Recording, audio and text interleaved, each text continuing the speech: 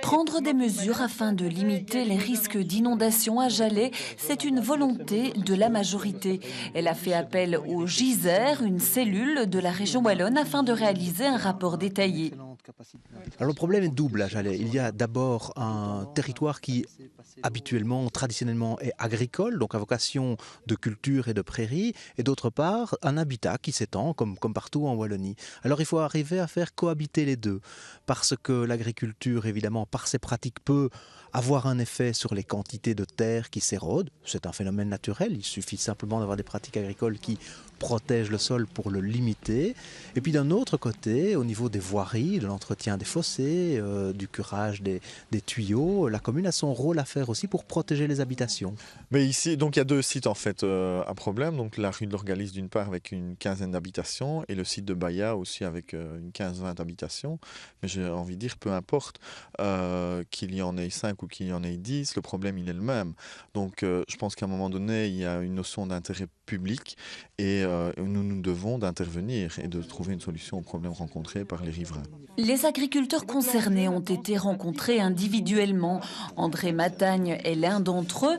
Pour lui, il n'y a pas toujours de bon sens au niveau de l'aménagement du territoire. Sa réflexion porte aussi de façon plus globale sur les quotas imposés aux agriculteurs. Il n'y a pas de miracle. Lorsqu'on construit une maison dans un fond, l'eau descend toujours. Donc on prend un risque au départ. Soit lorsqu'on a délimité la zone à bâtir dans un village, on n'a pas fait attention. On aurait construit ici au-dessus, on aurait dit c'est la tempête, mais il n'y aurait pas eu d'eau. On ne veut plus les petits quotas. Petit quota égale petite terre.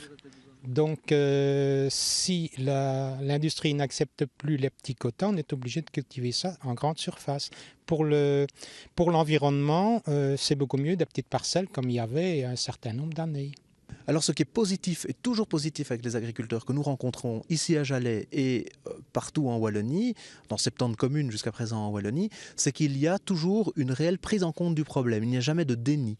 Donc on a face à nous des professionnels qui sont tout à fait partants pour faire quelque chose, à condition que ça ait du sens pour eux et que ça s'inscrive dans leurs possibilités de culture, bien entendu.